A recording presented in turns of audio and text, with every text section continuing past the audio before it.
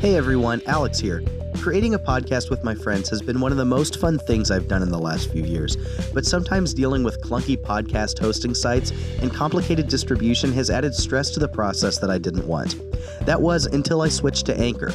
I switched to Anchor and haven't looked back. If you haven't heard of Anchor, it's the easiest way to make a podcast. First of all, it's totally free. They even have easy-to-use creation tools so that beginners can record straight to their phone or computer. Anchor distributes the podcasts for you, again, all for free, so that it can be heard by more people.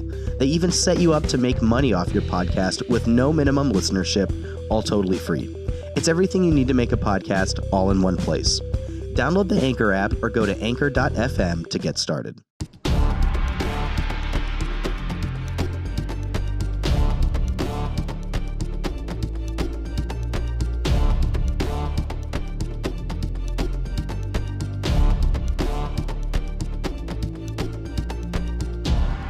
Come on in, guys, because it's time for another episode of Outwatch, a Survivor Rewatch podcast, and we're coming at you, boom, Sonic the Hedgehog style. Lightning fast, faster than the blue blur.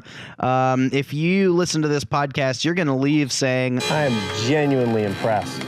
Because we are so knowledgeable and funny. My name is Alex, and here on Outwatch, we rewatch and then podcast about previous seasons of Survivor, the best show on television. And right now, we're in season 28, Cagayan, on episode 8. I am joined by 3 of my friends, 2 of whom have never watched the season, and 1 who kind of watched it and doesn't remember much of it. And they will be taking this journey along with us. In today's episode, the immunity challenge is a very unique one in that it is a basic memory puzzle, which got me thinking, folks, what random easy game on paper, if it were to find its way into a Survivor challenge and you just happen to be on that season of Survivor, would be your worst nightmare, the thing you would least like to see? Adam, welcome to Outwatch. So glad to be here. Hey, what game would that be for you? Do you remember like times tables, like the math test over times? Yes. Yeah, that would be my doom. Mm-hmm. I can't do math quickly. It's just not a thing. What's 4 times 8? 32. It is 32. That was my answer and you stole it. It is 32. I didn't say I couldn't do math, just I can't do it quickly. Well, Emily does it quickly, but incorrectly, I guess. Which is better, though? That's the question. at least I feel confident about it. Yeah. Confidence is 90% of the adult world. That's why it doesn't matter. Right. Mm. Every middle schooler and high schooler listening to this, just remember that. Confidence is everything. Knowledge is nothing. Mm-hmm. Trump's president. Mm-hmm. Great. Emily, welcome to Outwatch. Thank you for having me. Thank you for having me. Hey, what easy game would be disaster for you? Yeah, I think we just experienced it. Also times tables? It's math. I don't know if there were any games about geometry, but Probably that's also Goose. really horrible. Ooh, yeah, I hate that game. You're real slow, too. Yep, that stresses me out a lot. Snelson. Nelson, that's what they call me. Why is that? Because I'm slow like a snail. Yes. And my last name is Nelson. Hence. Freeze tag? What if there was a giant game of freeze tag? Today, for immunity, we're playing freeze tag. I can see them playing like Red Rover or something. It's just violent enough. That would be so great. Which tribe wants it more? Red Rover, send that immunity necklace on over. I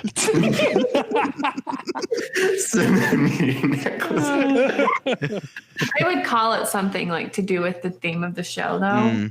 They wouldn't call it Red Rover. I don't know what they'd call it. How do you think Red Crab. Rover would work out on Survivor Crab Walk? That would be the best. That'd be so good. How would they link arms? That would be the first tribal immunity challenge for sure. It's happening right now. Hey, Scott, welcome to Outwatch. Hey, thanks for having me. Hey, what game would be really bad for you if it was on Survivor? Besides the one that we will talk about here, which I tried to play along with and did really bad at. The one that comes to mind is like, where's Waldo kind of stuff. Like, find the difference here or find this, like that kind of stuff stresses me out. Like, I hate being put on the spot like that, and it would just stress me out, I think. Yeah. I want like a where's Jeff? And they just have a bunch of guys in cargo shorts and a blue button-up shirt. Yep. Or like find the bloomin' onion in the GMC Envoy.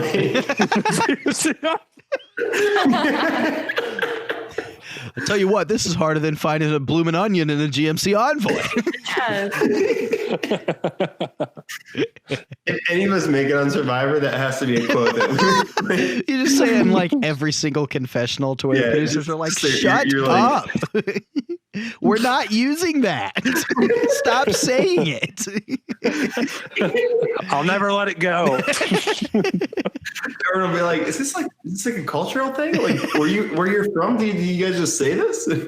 Oh yeah, totally. Midwest, it's like a common phrase. All your Midwest viewers will know what we're talking about.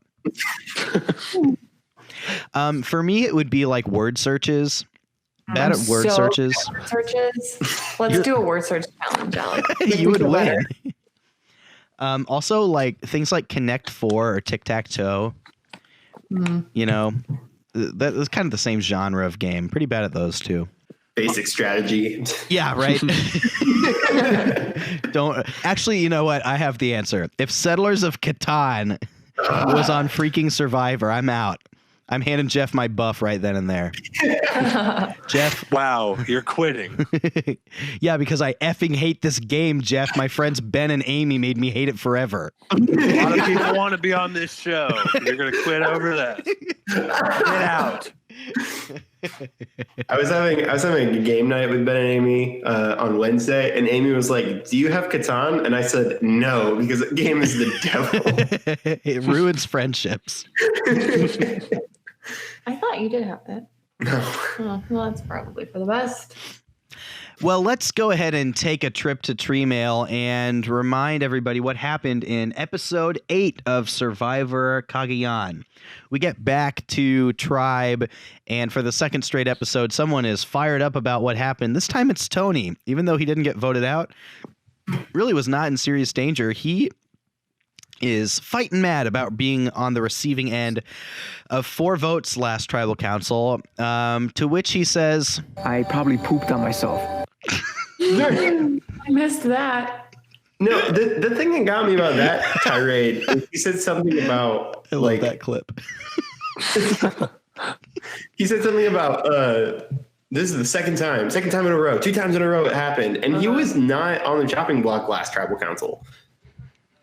Like Jeffra was. So I don't know where he's getting that. Yes, you're right. I think he got a vote. I don't think he did. I feel like they were pretty united. Yeah, you're right. You're right. That's the only time he's gotten votes in post He merge. just flipped out about Yeah, it. he did. Yeah, that's weird. I didn't notice that. Anyway, Really triggered him, such Really that I probably pooped on myself. I definitely pooped on myself. just like the casualness that he delivers this. I probably pooped on myself. I'm gonna be so sad if Tony ever gets voted off because he's such a great just character. Oh my god!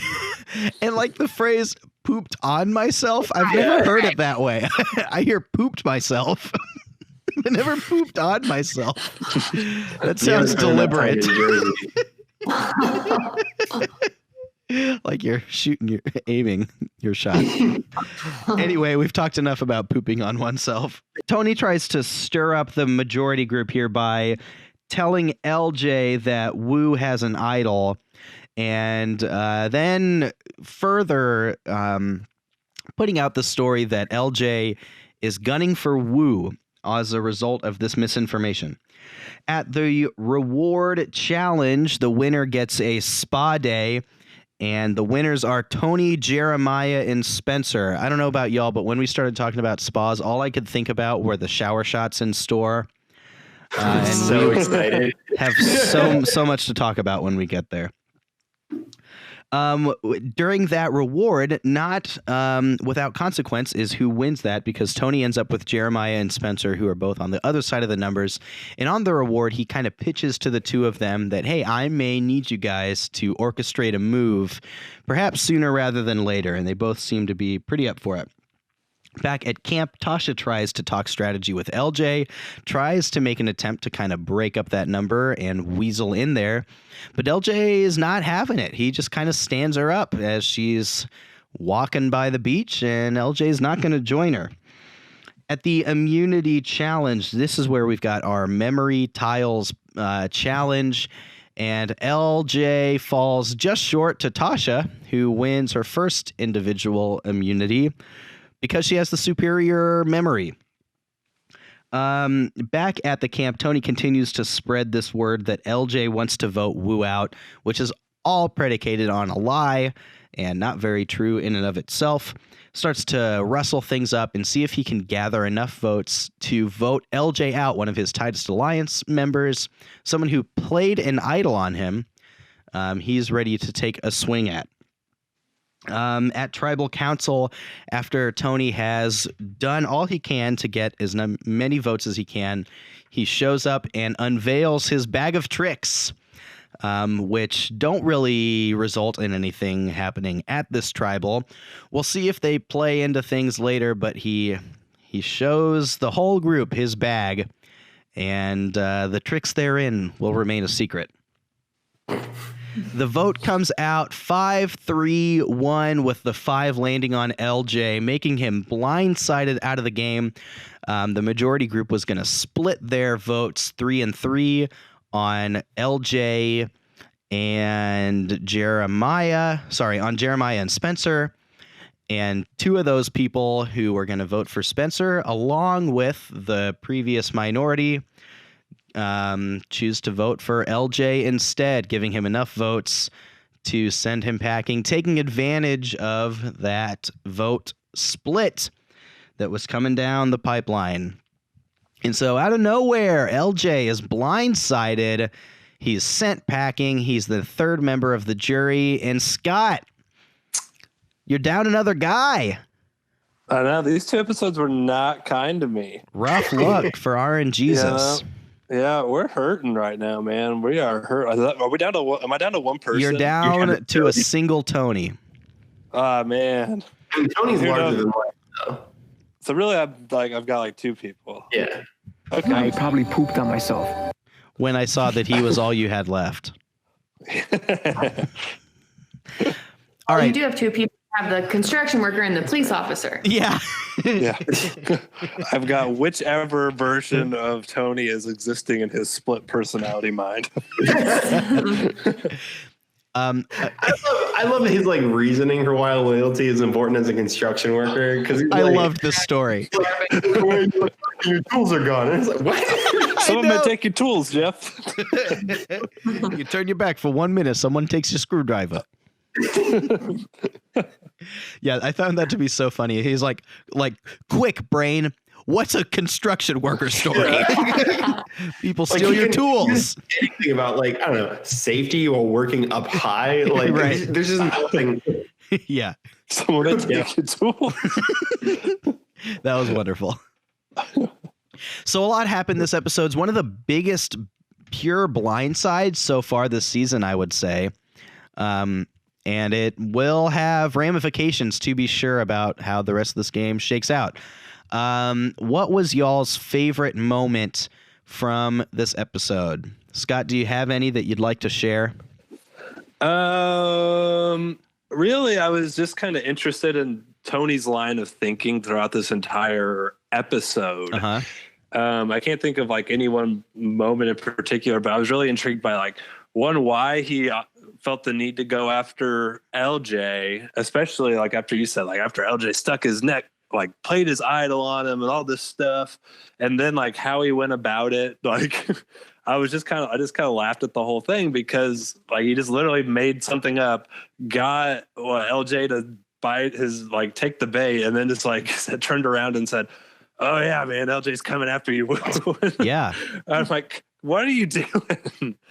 But I mean, it worked out for him. But geez, it worked out for him this episode. We'll see if that, how that plays out though, because he had people like Trish, for example, didn't vote alongside him because she was not necessarily on board with that, and she is one of, if not his tightest ally. We'll see how that, if it does blow up in his face. Ultimately, it was Tony and Wu, along with Spencer, Jeremiah, and Tasha, that voted LJ out. I really love when LJ floats the idea of splitting the vote. Yeah, can we talk through that? Because confused. that made no sense. Okay, so what they said was, we're going to split our vote so that way it doesn't matter if someone flips. They didn't say they were afraid of an idol. They said they were afraid of someone flipping. So instead of being a strong 6, what they did was they turned themselves into a 3 against a minority 3, which means only one person needed to flip to turn into the majority. Is that what he said? That they split because they were afraid of someone's flipping? Yes. Really? It made no sense. Yeah, that doesn't make sense. If they were afraid that someone was going to play an idol, which I mean, Spencer's the only one who might have had an idol. Jeremiah didn't have an idol. It's dumb to think that he might have. So Jeremiah was a safe bet. It made no sense to split the vote. It made none. You could give the argument that even if you're sure Spencer has one, that there's the chance that he plays it on someone to, shake things up, like we kind of talked about last episode. So that's maybe a logical, reasonable reason to split the votes. But yeah, if you're afraid of someone jumping ship, that's not a reason to split the votes. That whole thing just made no sense to me. You made it easier to be overwhelmed. Yeah. Yeah, I didn't catch because that. You broke your numbers down to equal with your minority party. Mm-hmm. And that's not a good time to split your votes. Yeah, the big thing from this episode, of course, was LJ getting blindsided. Tony definitely spearheads this move, orchestrates the whole thing. You hear a little bit of his reasoning. He says that he recognizes that LJ is another smart, strong player, that because Tony is thinking, man, I probably need to get rid of LJ, he assumes that LJ is probably thinking the same thing about Tony because he's giving him the benefit of the doubt that he's a smart player too. And what we learned is that's very wrong. Dude, one of the things that surprised me so much this episode is how so many players are talking about how much they trust Tony.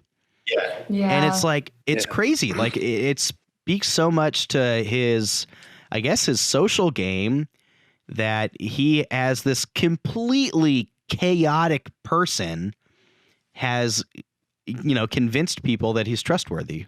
It's because he's a cop construction worker. Nothing says trustworthy like a justice bringing cop who also does construction. He builds justice. Not really sure. There it is. So the big question is, was this the right move for Tony? Was it smart for Tony at this juncture in the game to swing on and vote out one of his strongest allies, someone who played an idol for him, someone who this episode talks about how much he trusts and is loyal to Tony? Was this a good move? So I was thinking through this while we were watching it, and I was thinking, why wouldn't he, why does he have to rock the boat right now? He's got the numbers. He can just pick people off from the other side.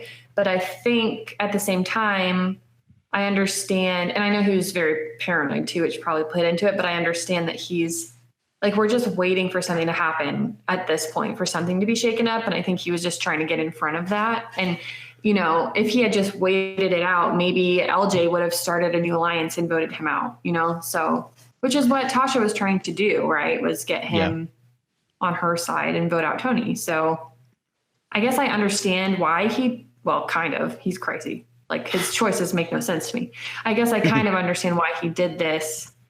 But at the same time, like we said with Trish, she was not made aware of this at all. And she is arguably his biggest ally. So he's burnt some bridges, maybe. Yeah, I think he made this move like an episode too early. Yeah. I think there's still too much game to play to make this move. He still has the minority group to help swing numbers next episode. It's not as many, but it's still the minority group. And he's not walking over there to them as a minority, part of that. Like right now, he walked over there with Wu. So it's him and Wu and then 3 other people. Like he put himself into a minority situation if they say strong through 5. Mm-hmm. Whereas if he waited one more episode, it was him, Wu, and then he could talk to, I don't know, he could talk to Trish, be like, hey, I think now's the time for us to switch it up, make our move, get rid of LJ because he's really strong, and we have these other 2. And then, like, no matter which way they go, he's pretty much in the majority. So let's run this out like for a next episode, right? Let's say that they kind of go with the default plan here and they vote Jeremiah out. Okay. LJ's still in the game. We're down to 9. And Tony decides now at 9, it's time for him to move. Who do you think, and assuming there's like a faction of Tony and a faction of LJ, who do you think is able to mass and 5 of the votes to vote the other one out? Tony's probably got Wu, right? Probably got Trish. Tony got Wu. Tony's got Trish. LJ has Jeffra, which leaves Cass. You got Cass, Spencer, Tasha. Brain. That's it, right? Yeah. Yeah, you got the brains. Yeah, brains again. Yeah, now the brains are back in a spot. Are they choosing LJ or Tony? I think that they go with LJ. You think? Because then they're a majority. Yeah, they're a majority in the majority. Yep. So maybe by that logic, Tony made the right move here, right? You're right. Maybe this is the right time. I think this is one of the like central questions in Survivor, right? Is not only it's like knowing the move you have to make, but also doing it at the correct time. And like I think Tony's really astute in thinking not only like, okay, what's the best move for me to make, but also like, what is the best move for LJ to make? It's probably to vote me out. And so since I'm going to assume that LJ is going to act within his best interest, I'm going to assume that he's going to want to vote me out. So I'm going to want to vote him out before he votes me out. But yeah, you don't want to do it too soon and blow the whole thing up. But you don't want to wait too late because then maybe there's no move to make because you're out, you know? I think there's also a third component, though, in that you have to do it with the right people. And I don't feel like Tony did it with the right people. Like, Tony brought Wu in, who is apparently loyal to him, but hasn't really been loyal to him, like, the entire game. Yeah, I think you've seen it show up the last couple episodes. But at first, you're right. He was more like the cliff side. Right. And that's, and so I think he's loyal in the sense that he feels safe with Tony, not that he's like, yeah, Tony's like my guy, like I'm going all the way with him. Like I think it's just like, yeah, it's a good place to be. So that's the only reason he has Wu. He's leaving Trish, who I think is a stronger ally. Yeah. Except now that he just like played a blindside against her, basically. I don't know that he did it with the right people. Like I think that's what it's always going to come down to for me. But you got to keep in mind also, like in this episode, he's got Spencer and Jeremiah at that position where they are their most desperate.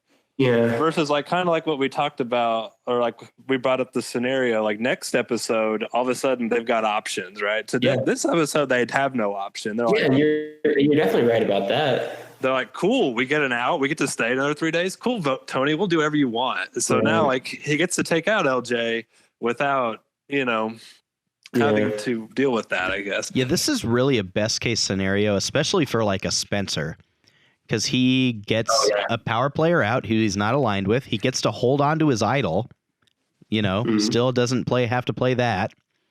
And now he's got like a leg in with some of the more powerful players in the game, Yeah, I mean, he gets to keep everyone that he's loyal to.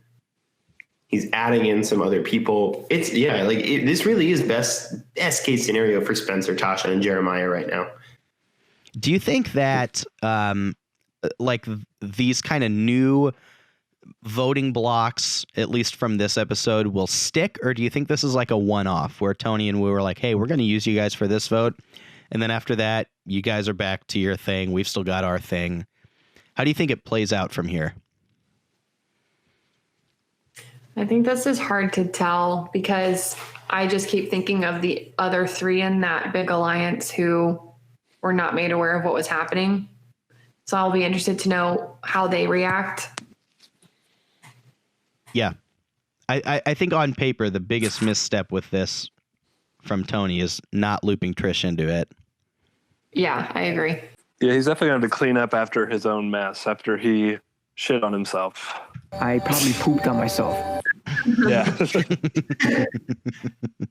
So that's the big move, the big talking point from this episode. And yeah, it's one of those things that really does kind of shift the dynamics. You've got pretty solidified alliances, one kind of picking the other one off to this point. And so we'll see how this affects the way that those line up going forward. And of course, if you think of other things about this move as we go on, feel free to jump in with them. Tony is very paranoid at the beginning, and it's what kind of drives this whole thing.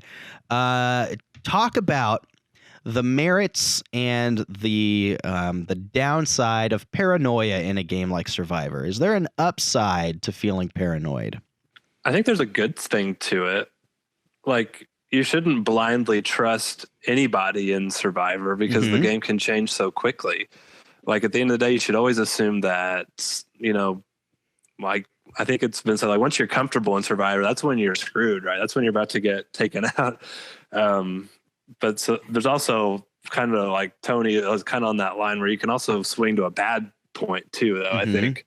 Yeah, I mean, if LJ had been a little bit more paranoid, he might still be in the game. Yeah, agreed. I think there definitely is that side of it that's like it keeps you attuned to what people could be doing to ruin your game. The thing is, you're only paranoid if you're a strong player. You think? Spencer's not paranoid. Like, people are gunning for him because he's not a part of the majority alliance. Like, that's just his state of being. Yeah, I gotcha. Whereas, like, Tony, he's got an alliance, so he's paranoid about it. I see. So it's, I don't know, it's kind of it's like a healthy amount of skepticism is probably good. Yeah. I would agree with that. And I think keeping, like, I mean, you've got so much time out there, right? I think that probably a helpful mental exercise is to continually be putting yourself in the shoes of these other people you're playing with and thinking, all right, what should they do?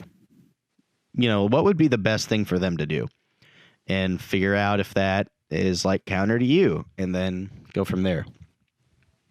Let's talk about the spa sequence. We talked a little bit previously, especially with your tribe name, Emily, that perhaps the best 1-for-1 equivalent of Dara this season is Jeremiah, because he too is bad at Survivor, talks very little on confessionals, is from the South, and is attractive. Guess who we get a shower shot from? Yeah. Jeremiah. He is the new Dara. I was really hoping for that. Have to do the shower shot. Huh? You always have to do the shower shot. It's got to be there. What are the odds that the shower shot shows up in his in memoriam at the end? Quite small, I would say. Jeremiah shower scene. That was legitimately one of the best parts of the in memoriam during that season. We get the shower shot from Tara. This one was far less artistic than the last seasons that we've done, though. I think Jeremiah's just less artistic. He's a handsome guy. He is. It's also it was like this weird shower on a beach, and there was like a conversation happening. So Jeremiah kind of kept like sticking his head out, like Oh, what are we talking about? Yeah. Are y'all talking about vote me out? I don't want you to vote me out. I would very much like it, sirs, if you didn't vote me out. I'm Jeremiah. Here's the thing. I was on the wiki here because, I'm doing my research, making sure my facts are straight. It really changes the way that you view some of these people when you, get their age, from when this aired. Frickin' Morgan was 21 Gosh. when she was on this. Jeffra was 22. Spencer's 21. Oh, really? Yeah. Oh. And now, especially last episode, it's for as mean as they were to Morgan, it's she's 21. Right. She's a child. How old do you think Wu is this season? 28. He's a 62-year-old man. No, I bet he's 27. I'll go Emily? with 29. 29. Ding, ding, ding. Champion. We were close. While we're on that subject, one of my favorite things that Tony said this episode was something about, I'm not a threat. I'm a 40-year-old balding guy. Yeah. I love how he brought up balding, that affected whether he was a threat. Right. Yeah. He's 39. So Close enough. a little exaggerating. There's not a lot of fashion happening on this season. No, there's not. Yeah. I do still enjoy the color coordination that the original tribes have, with the purple and the green and the orange. Hey, what was your thought on this immunity challenge? We had the memory tiles. A good challenge or a bad challenge? Also, before we get into that, how funny was it when Trish got out on the second color in It's bad. a 4-color puzzle? It's bad luck. And Jeff's like, Trish, you either just won the challenge or you're the first one out. I thought that was pretty insulting. He's like, what do you think it is? She's like, I lost. Yup. Sure is. Sit down.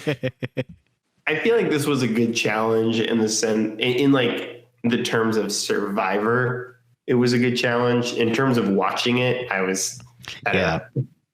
Boring. Yeah, it wasn't a fun challenge to watch, but it was definitely an interesting game to force starving people to play.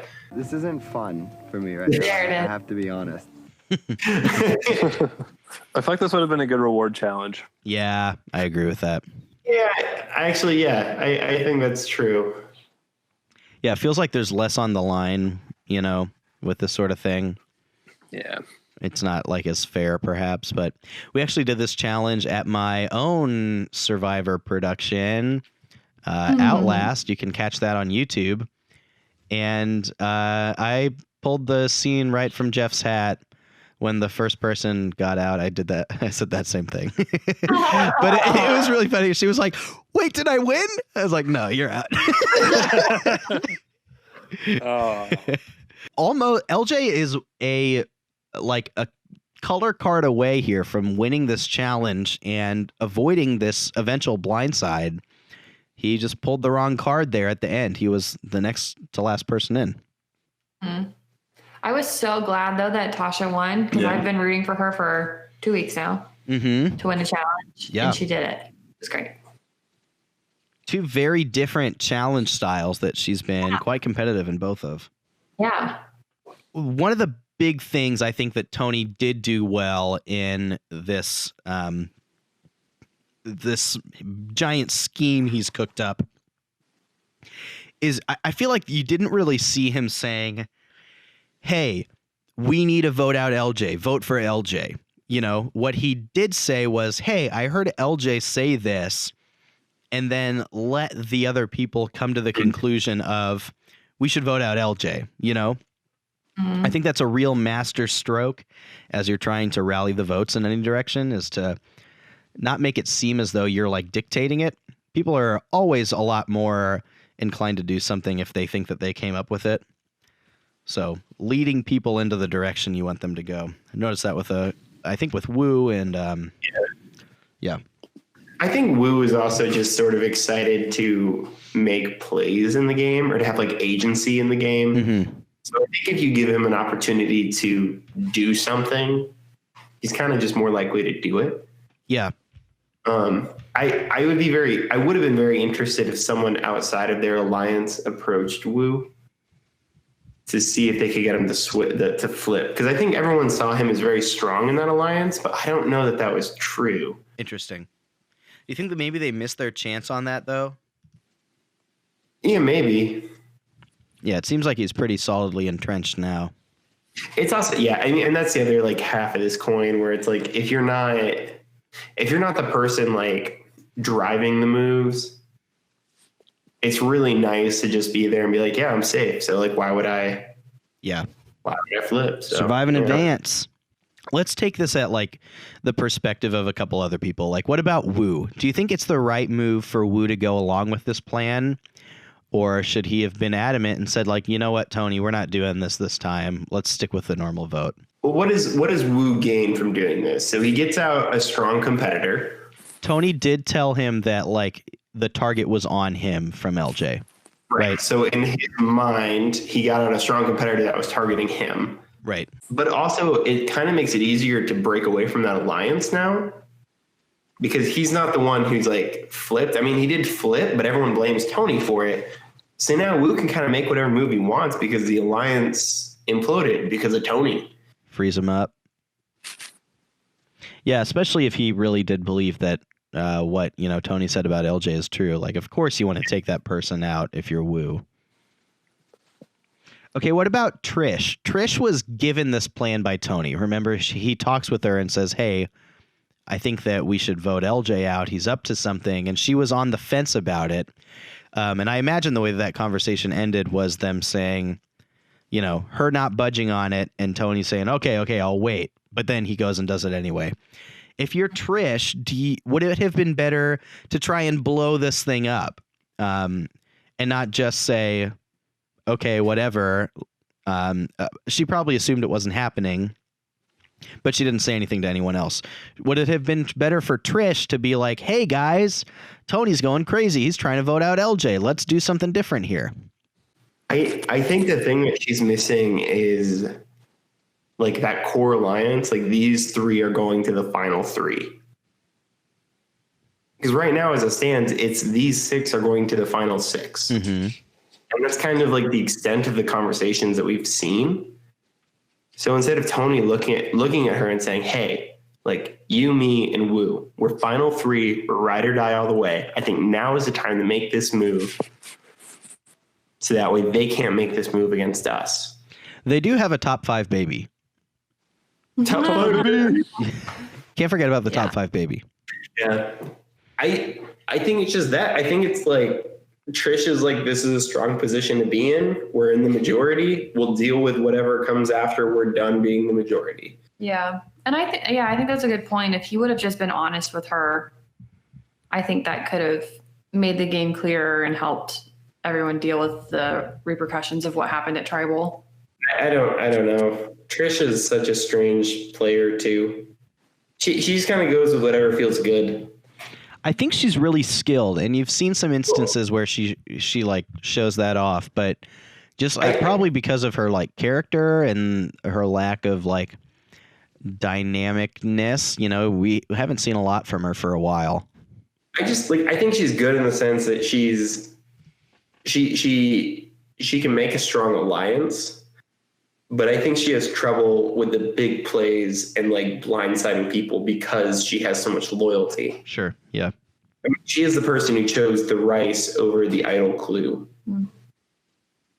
It's just, I think Trish's downfall is that it's hard for her to like really hurt other players in the game that she's aligned herself with already. Yeah, I was going to say, unless they like don't like her. I don't like her.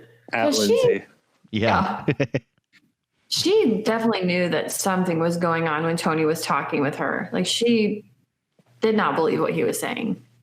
This could also just be, this is just what success brings you. I probably pooped on myself.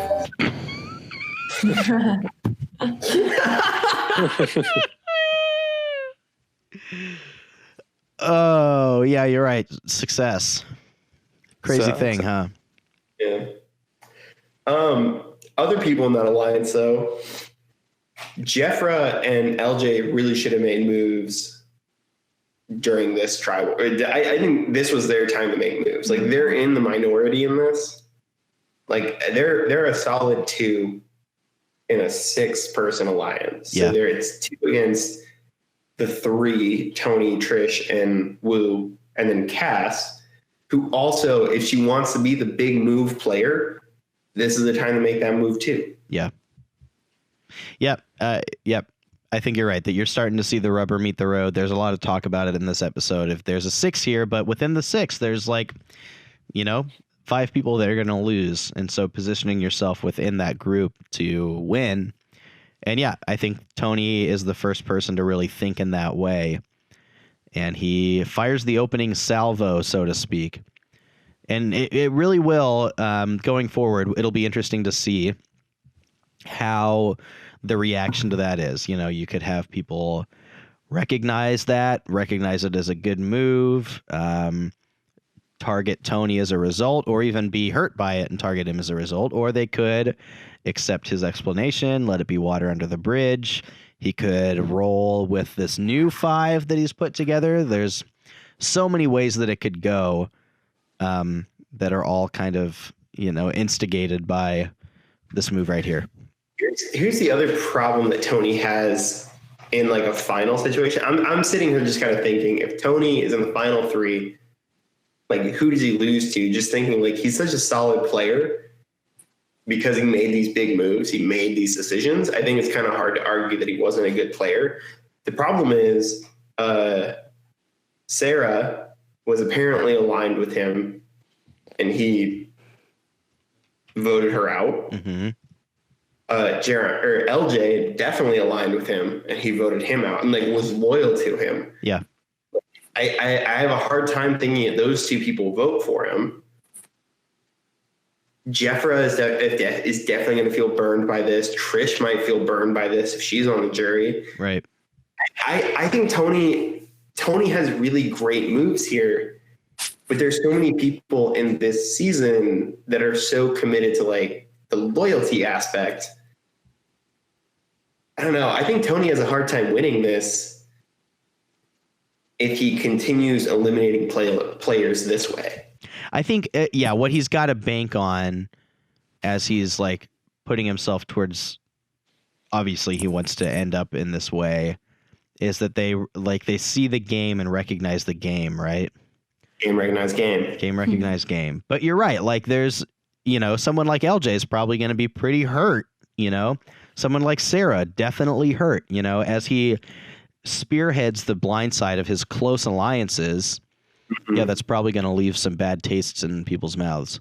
All right, who are our MVPs from this episode? Scott, do you want to award your MVP first? Yeah, I guess I'm gonna go with. I don't know. The easy thing is to say Tony, but also I feel like it's up in the air. Tasha gets a good had a good episode. She won, right? Mm-hmm. So I think that she does well. I also feel like Spencer and Jeremiah did well. Took advantage of a good opportunity to stay alive. So I will kind of not vote for Tony, even though he was kind of the big star of this episode. So who is your vote? I'm gonna go with Tasha. Tasha she won the immunity. I tried to make moves with LJ, man. Just had to take a walk with her. Right? Yep. That's another thing. LJ could have maybe saved himself. LJ had the opportunity. Yeah. He really did. But he was just no, I'm good. Chose loyalty, and the person he chose to be loyal to orchestrated his demise. Yeah. You totally could see. That's a hard juror to put on the jury. Yeah. Imagine instead, Tasha and LJ, they talk a little bit. Tasha gets Spencer and Jeremiah on board. LJ gets Jeffra on board. That's his window. But Tony was the one to jump through that window like the Kool-Aid man himself. Oh, yeah.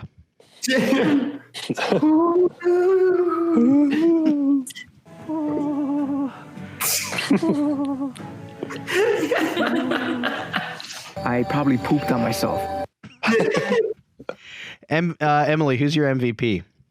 I'm definitely going with Tasha. I'm very excited that she won the challenge, and she definitely called this thing that went down at Tribal with LJ.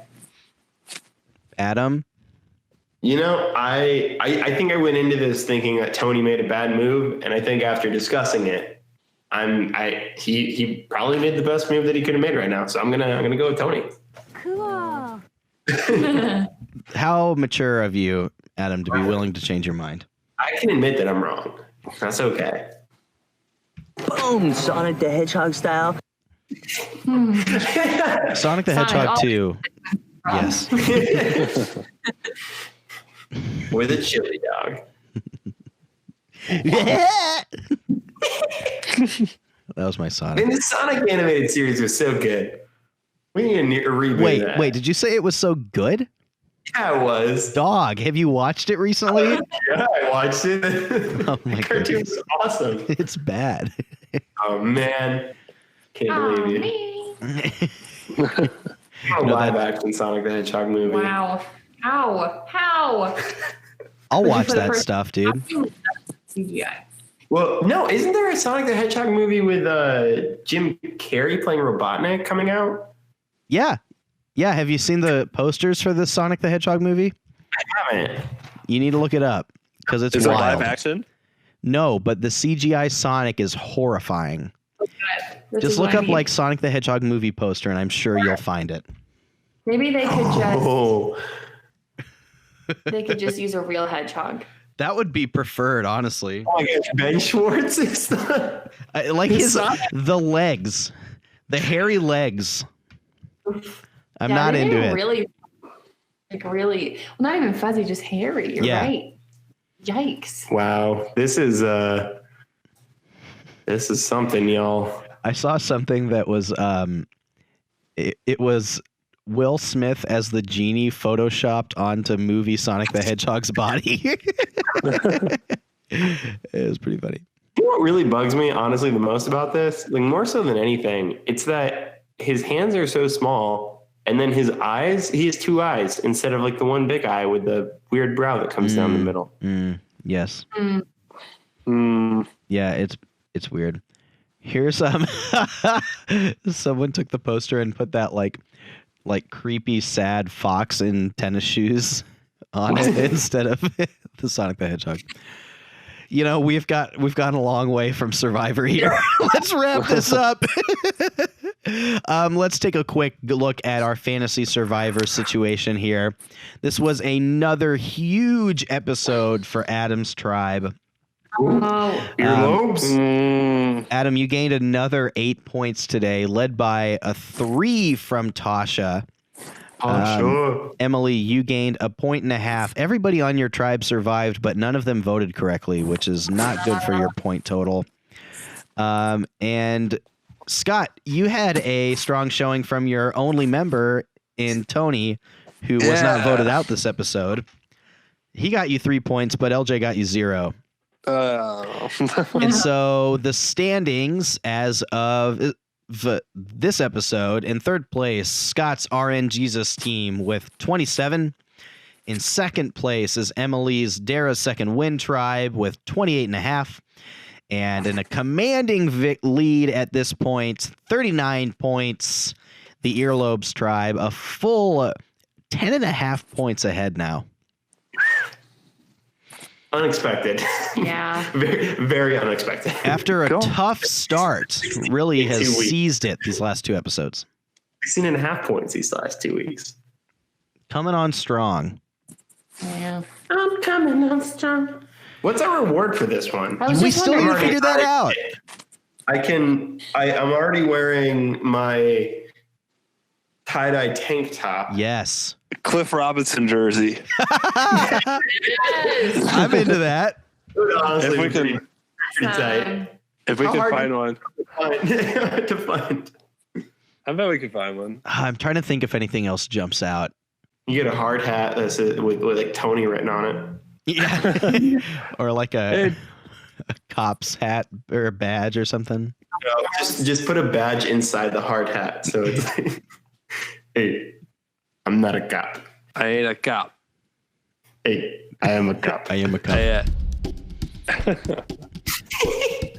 Nearing the home stretch here of Survivor Cagayan, and that's why you should subscribe to our feed so that you do not miss a single episode, because the action only gets more intense from here on out. Thank you for listening today, and may the odds be ever in your favor. I probably pooped on myself.